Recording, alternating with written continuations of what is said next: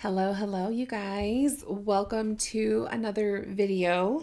I put out this request a few days ago asking you guys on Instagram to submit questions to me that you would like to see me answer in YouTube videos. And I wanted to kind of start to dive into answering those questions and making just separate individual videos for each of those questions. Since I have about an hour and a half before my one-on-one session, maybe I'll just turn on the camera and we will discuss the first question that I was asked, and that is to talk about my experience with when I'm losing my mojo or my spiritual mojo.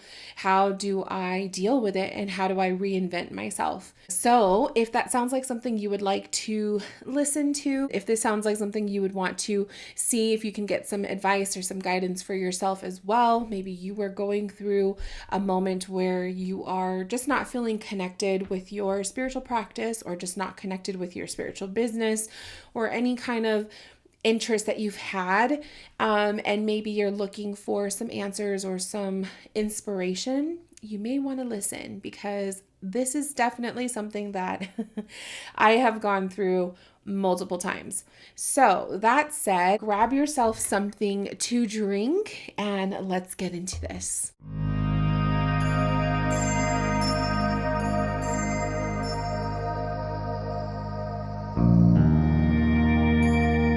So, when it comes to the spiritual journey, I definitely know what it's like when you find yourself falling out of love or feeling disconnected with your path, whether it is something is going on in your personal life that is taking center stage and everything else has to just kind of be pushed off to the side. Maybe it is you're challenged with a question or a belief system, or sometimes it's just burnout. Really, a lot of the disconnect with the spiritual path is stemmed from burnout, but it's definitely something that it's definitely something that is normal. And I want to make sure I say that first before I even get into all of the other stuff.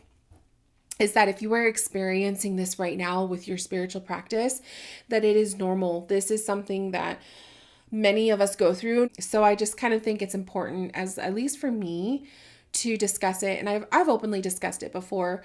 If you've watched my older videos, I believe it's my playlist, Soul to Soul. I think that's the name of my playlist.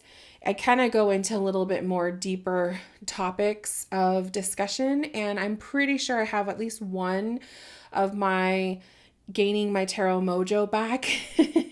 So if you've kind of been with me long enough, this is something that I've definitely struggled with myself in my own practice. So I am talking purely from my own personal experiences and what works for me, what didn't work for me.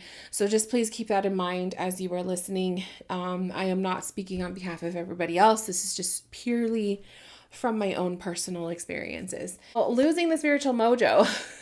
I've been on the tarot journey on this spiritual path since 2012. And I would have to say my burnouts have frequented more within the last probably since 2020. So the last 3 or 4 years. I feel like the burnout has frequented with that because of my growth and my development in my mediumship. I think prior to 2020, I would experience burnout, but it was more of the, being overbooked or like just not feeling connected to my tarot cards, that kind of burnout. And then after 2020, when I really started to bring in mediumship as some of my practice, like some of the offerings that I do in readings and sessions, a lot of the burnout has stemmed from physical, energetic burnout. I think the first kind of important thing to do is to identify when you're feeling burnt out or disconnected or disinterested or, distanced from your practice or the thing in your practice that once brought you a lot of joy. It's to just accept and identify that, hey, I'm not feeling it right now. It's okay that I feel this way.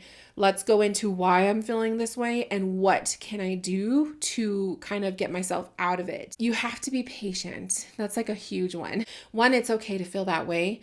Two, we are not supposed to be always going. And I feel like it's human nature for many of us to think that we have to do that. So I feel like it's like, first, just identify and accept, hey, I'm feeling this way. I'm not feeling connected and there's nothing wrong with it. Here's what I need to do next. Ways that I learned to cope with my own spiritual mojo, like lacking the mojo, lacking the interest, is taking a step back. After I identify it, then I have to separate myself from the thing that is causing so much disconnect. And so I do take a step back. And I did that in September. I think it was like late September or October for sure. I took a step back from social media. I actually put my main page, the Rachel Spirit and Soul, I put it on private. And I created a second side Instagram that I wanted to make private. I wanted a private account. I realized Rachel Spirit and Soul, as much as I've wanted to make it private and just kind of make it really, my own little tiny community, it's really not, you really can't do that with your little business account or whatever. If you want growth, like if you want to have outreach and find and attract new clients and new people, new followers, or whatever you want to call it. Last year was very much a reflective year for me. It was a year of a lot of just kind of like deeper underlying root kind of stuff. So it doesn't surprise me that I ended that year with a burnout. It doesn't surprise me at all. And in fact, I think it actually had to happen. If you're experiencing a burnout with something that once brought you so much joy and happiness, it's kind of a blessing in disguise, because it really allows you to take a step back and kind of re-identify what is most important and where you want to make changes, or what needs to be different. So they're not always a bad thing. Yes, they could be a little a little bit uncomfortable and a little annoying at times, but when you see the end result of what you are discovering or rediscovering about yourself and your path, as a result of it, it does kind of make sense. What else do I want to share about this burnout stuff? I think the next part would be to busy yourself in other ways. So to reprioritize your life, find other things that you can do that can distract could be good, but also refuel yourself. How do you recharge your battery in different ways without doing the thing that is kind of draining your battery? Reading books, journaling, going outside, stepping into Mother Nature, spending time with family, redecorating a room in the house, rearranging the furniture, cleaning the house. Those are kinds of things that I do. There's just something about putting all of your time and energy into something else and making it better, or uplifting it, or just putting some extra love and attention to it, that really helps. Find a way to kind of put your old energy, your stagnant energy that is now, kind of fallen apart a little bit over here, put it into something else in your life. I would also say to start planning too, kind of like have an idea or a plan of what can you do to manage this part of your life better, so that you can almost divert a potential burnout in the future. What was going on to create this burnout? In the past, when I've had burnout with my tarot, what usually it was is I was overbooked. So I had too many client bookings, which is not a bad thing, but it could also, if it's creating like this resentment or this tiredness in you, it could also be because your prices need to change. When you start to get this resentful feeling when you have a bunch of bookings, that's usually, like I said, it's usually the sign your prices need to change. And so whenever I would feel that way with the tarot, I would raise my prices. So I remember the first time I raised my prices, I was so stressed out about it because I was like, oh my gosh, I don't want to disappoint people. But in reality, it's not about everybody else, it's about yourself. So when I finally kind of changed my mindset on that, it really helps that part of burnout go away. So if you're finding that your burnout is coming from being overbooked, or maybe you just feel resentful towards your clients for whatever reason, take a look at your prices. How do you feel when you're booked for that offering? Do you feel like you're getting the financial exchange that you deserve? Do you feel like what you're putting out there is balanced with what you're receiving back energetically and financially? Let's kind of look at it in terms too of like maybe belief system burnout. Sometimes that happened to me. That actually happened to me a couple years ago. So belief system burnout, where I was starting to kind of second guess my path, my beliefs, and what I was doing. I was starting to second guess it, and I noticed that it always would happen after I would spend time with my family. So I started to identify, okay, the more I spend time with family, the more I am in this like kind of like this spiral of second guessing, am I doing what I'm supposed to be doing in life? And it was always because I was sizing myself up to certain family members. I was sizing my life up to the life of other people. Sometimes it was having uncomfortable conversations with family members about my life. And so I started to see the need for boundaries to be put up. If you're going through a burnout, what are your boundaries like? Do you have boundaries with people or things? And maybe it's time to start thinking about that. Maybe there's things you have to change with how much are you available, or how do you navigate certain types of conversations. The boundaries I started putting up when it was because of family was I wanted more control with how often I was seeing my family. I wanted more control with the conversations that I was going to be having with family. So I would always kind of to be in control of how much I would see my family. Is obviously I would decide when I wanted to go visit. I would decide how long I was going to stay there. If I'm going to them, I'm in more control of when I can leave, I also would change the conversation. So I would kind of energetically close myself up to certain topics. And it's kind of wild when you see that put into action, because I did notice that the conversations would kind of try to penetrate into the realm where it would start to shake me up a little bit. And I would envision myself just kind of closed off, like my bubble of protection around me. And I think energetically, and then also like it would just make me look more closed off, you know what I mean? So those topics of conversation would happen less frequently. I just think that like when you are going through burnout, you really have to take advantage of that experience. It's not something you sweep under the rug. It's not something you ignore. If you ignore burnout, you're going to find yourself revisiting it over and over and over again. So if you are noticing it's like every month I am feeling burnt out with the same thing over and over and over again, that is a sign for you to take a deeper look at the whole thing. What is it that you were burnt out about? What is creating the burnout? Where's the root of it? Have you done things to counterattack this burnout? What are you trying to do to improve it? It's really important that you do that, because like I said, it's a carousel. You will revisit the same thing over and over again. And that's not fun. So that's kind of me right now navigating the social media burnout, because the social media burnout has been something that has kind of revisited me a couple times already. So I'm trying to find a balance with that.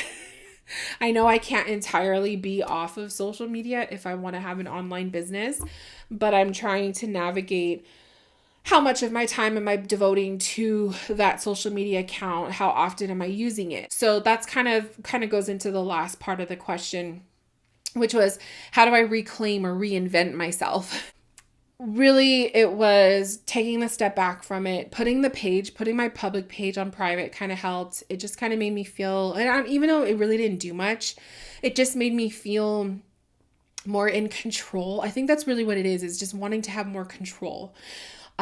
Creating the side account, that is private and I have the ability to control who is following me, who's watching me. I also think it's too was just taking control of how much of my time and energy I was devoting to social media. So I would put my phone down. I did other activities. I started to pick up really reading. I feel like my reading, like reading my books and stuff, has really kind of just took a life of its own.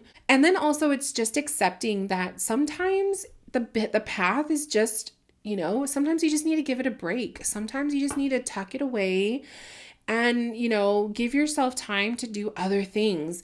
Like, you can't just be solely focused on one path or one image or one, one lifestyle. If you're somebody that likes multiple things, give yourself that time and grace to have multiple interests. So try not to put yourself in a box. And I think that for me, having a niche with my Instagram account, even with YouTube, I was like that for years, where I had a niche with my YouTube where I felt like I only could talk about tarot and I could only talk about Rider-Waite decks and I could only talk about spiritual content.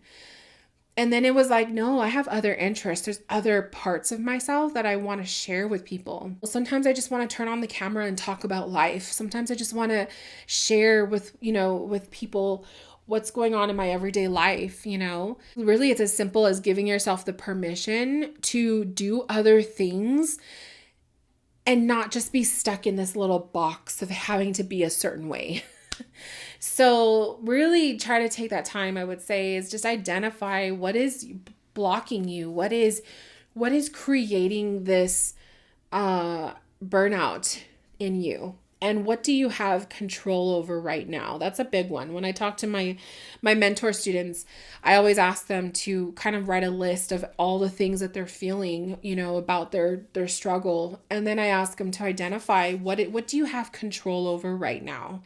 What can you physically, emotionally, mentally control out of all of those things that you just listed? You realize just how much more you have control over things, and the stuff that you don't have control over, it kind of I don't know if it minimizes it or it just makes you realize how unimportant that is and how non-immediate it is.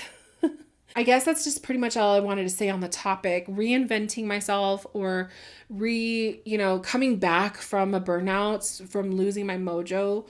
There's no timeline for that either. And I think that's kind of also what I want to say is sometimes your burnout will last a couple days. Sometimes it's simply just a bad day and you just need to take a break, a couple days off, whatever. Some burnouts last months. Some burnouts people haven't even come back from. I know a couple people that took their time off social media and they never came back. So it's just kind of like your burnout is your own. It's your own journey. Don't put a timeline on it. Don't put an expectation on it, because then you're just going to create something new to deal with. Let yourself go through the phases of your burnout. And I promise you, like, when you start to identify the root of it and start taking initiative in what can I change so I don't fall into those same cycles over and over again, you'll find yourself being able to navigate the next potential burnout or the next potential rough road of it a little bit easier. Just don't be ashamed. Don't be ashamed if you're feeling burnout on something, especially if it's something that you once loved so much. Like with me, you guys know I love tarot cards. I love tarot reading. I love the spiritual practice. And I had such a vibrant public, persona, whether it's here on YouTube or it's on my Instagram. I think it was like 2021. 2021 was probably the year that I was very out there. 2020, 2021. I was doing a lot of stuff. And then it was 2022 happened. 2023 was just a lot of slowdown. So there's nothing wrong with it. And I know that people who follow me probably have noticed the slowdown in me. They've noticed oh, she's not doing her classes like she used to, or I stopped doing the private monthly subscription thing I was doing. I just pulled away from a lot of stuff. Really, I did it for myself.